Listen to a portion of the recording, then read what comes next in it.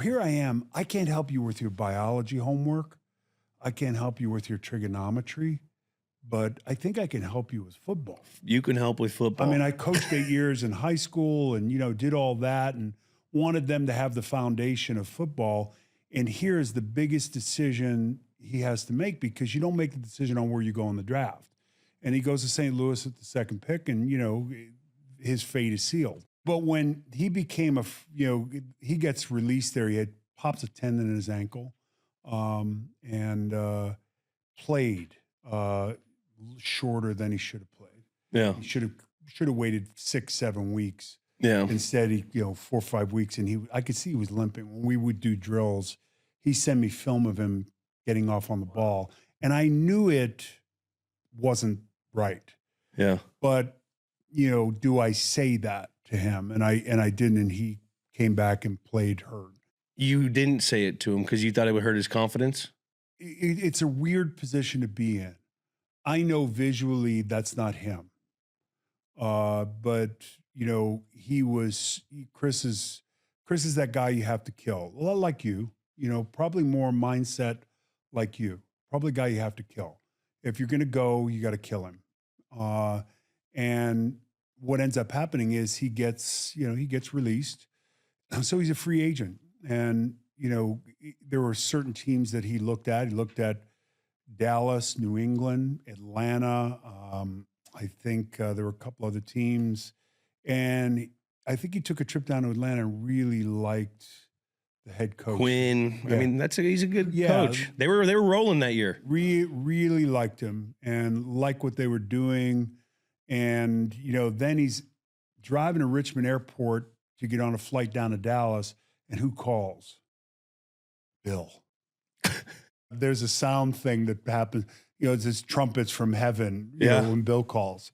And, Bill gets on the phone and that voice. And, my point to him was, at this point, you've made all this money. Why are you playing? Mm-hmm. And, he talks about championships. And, I said, to me, it's like, how many conference championship games have they been in? How many Super Bowls have they been in?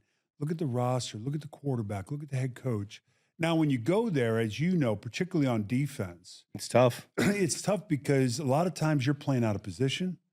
The scheme doesn't necessarily fit unless he's the left side outside linebacker, because that's what he is. Mm-hmm.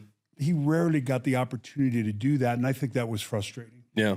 But, he made the most of his opportunities, and, I didn't push him there, but I certainly, understood the value of, if you want to win a championship, this place maybe gives you the best chance. Was there anything that you just said to Chris, like before the game, that you remember?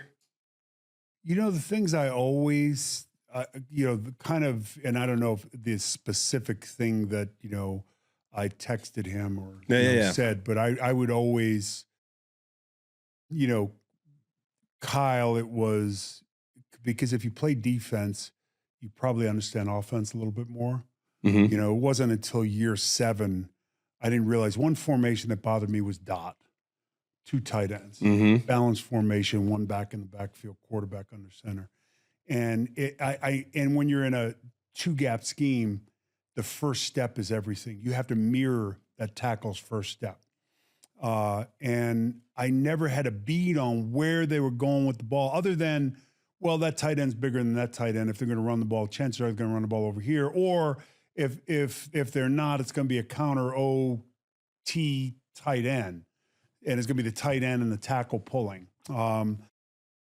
What I would say was, I'd look at the last 3 games and I'd kind of go through formations and things, and I'd say to Kyle, when he was in college playing at Oregon, because he played 6 games in college, gets drafted in the first round. Yeah. All-pro his first 3 years. I mean, that doesn't happen. No. Particularly when you take a year off and you're working in a surf shop. Yeah, he's a specimen. He's a freak show. And, people have that. Like, God comes down and puts his hand on your shoulder and says, you're gifted. What are you going to do with it? Yeah. Whereas Chris, grinder. And, my thing was, head on a swivel, don't stand around piles. And there were certain formations and things that were I felt were pertinent and tells, you know. Yeah. I'd say to Kyle, look, if that that defensive end and 3-man front reduces down to a 3 technique and they walk the safety up, the slot's coming. And he'd say, under? What's that? Kyle didn't even know what under was. Jesus Christ. Brett Favre was like, they didn't know what nickel defense was until like his you 8th know year. You know what his thing was? And it made sense because Kyle had played very little football in college. And, you know, in Oregon, they ran a play every 17 seconds. He said, look, Pop, they're running a play every 17 seconds. I'm just looking for somebody to hit. Yeah. And that's what he did. Yeah. And it was in the direction of where the play was going. And it makes that kind of, you know, we're looking at micro, not macro. We're looking at, you know, the here and now. I'm pretty much sure I'm going to block this guy and just go there. Yeah. Because you run a play every 17 seconds. Whereas Chris was, you know, he knew and he looked at things and he approached the game differently. Whereas Kyle's like, I just line up and, you know, I'm going to try to whip the guy in front of me. Yeah. I mean, offensive line, that's kind of like an offensive line mentality, though. You know, it's foreign to me. They're different. Yeah. Because you're a D guy. It's foreign to me. The Hogs, man, they have their own little language. They have their own area in the locker room. They're always, you know, the guys that just, yeah, we'll fucking go do this right now. You, me, him, let's go get to the backer. But watching them play was far more, you know, for example, I'd be at the studio at Fox. And, you know, Kyle and Chris, you know, there'd be games where they would play simultaneously. And Michael Strahan was kind enough to, you know, we're doing the pregame. Yeah. We're in the pregame. We're in the postgame, really. We're at halftime. Let's say we're at halftime in another game in another market. And, you know, Micah would put on Kyle's game and I'd have Chris's game or vice versa. Yeah. And the only time it was really challenging is when they were both taking a snap at the same time. Yeah. It's like, okay, which one needs me more? I think in my head. Which one did you go? What's the matchup? No, it all depends Situational on choosing. situational. One's injured, one's not. Yeah. You know, he could take care of it. You know, it's whatever. Chris is going against Lane. He needs me a little more here. Yes. Kyle's going against, we don't know this guy. He's all right. And that was the way it went. 100%. You know, it got to a point where, you know, I had to say to Kyle, look, stop poking me. You know, I mean, he, you know, just popped me. One time I thought, you know, I'm in the driveway up in Montana, and this was years ago, and he was maybe 3 years in the league with the Bears. And, you know, he's, you know, up in Montana, you're struggling to find a 3 technique to kind of, you know, give him a simulation on pass sets. So I said, you know what? I'm maybe 57, 58, you know, I'm still running a bit. And, you know, Did you guys put pads on? No. Okay, This was just kind of a mirror drill, you know, as if you were working on releases versus a corner who was in press coverage. And he hit me in the ribs so fucking hard. And I'm telling you, I bitched up so bad. And I just said, don't ever fucking touch me again.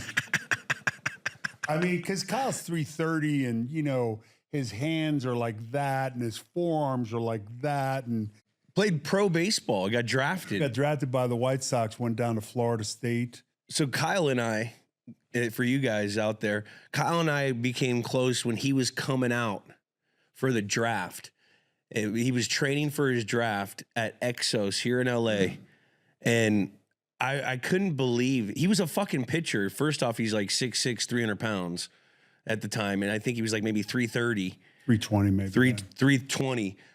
But the thing that impressed me the most with him was when we would do our ladder drill.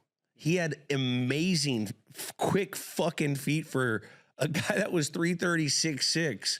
I mean, he was a cool dude. And I mean, if you think of the kids that Howie Long would have, if you pictured that, that's what he had. Like with what you made, you think like you have a Kyle who's a fucking just thumper, and then you have Chris who's kind of a little smaller, but like rad athletic, crazy. Like he reminded me of you. You guys look alike on the field. When I watch all your film, like your bottom end, from the pants, I was like, man, you guys walk the same. It's fucking crazy. People don't realize how hard it is as a dad and a mom to watch those games particularly when they played against each other, because it's not like the Mannings where they're both playing quarterback. No, they're going against each other. They're going against each other. Matter of fact, when Kyle came up with the Bears to practice up there, and it was interesting. Two things stuck out to me in that thing was Chris was the looper on a TE stunt, and Kyle has to pass off the tackle, and he comes back and he's probably a half a step behind, but punches Chris in the ribs and fractures his ribs, breaks his ribs. In the joint practice. In the joint I remember practice. that. Yeah. And I see Bill after the game, and I'm very respectful of Bill. You know, I think I call him Bill. I don't call him Coach. I might have called him Coach. It's kind of a hard kind of transition for me. I get it. You know, and I said, and he said, hey, we talked about Chris for a second. He said, hey, your other boys. I said, yeah, he's figuring things out. He said, and he kind of did, Bill ponders something for about 3-4 seconds. And he said, he's the best guard in football. And, coming from Bill, who doesn't throw roses, he's not giving the flowers out, a lot. That's a big deal. That's a huge deal. I mean, that's how good Kyle was. mauling people. Kyle was Kyle was healthy. He was, one thing after another was like the neck fusion, shoulder, elbow, his ankle, tendon popped out. So there were things that piled up on him. But if he could have stayed healthy, we're having a different conversation. Yeah.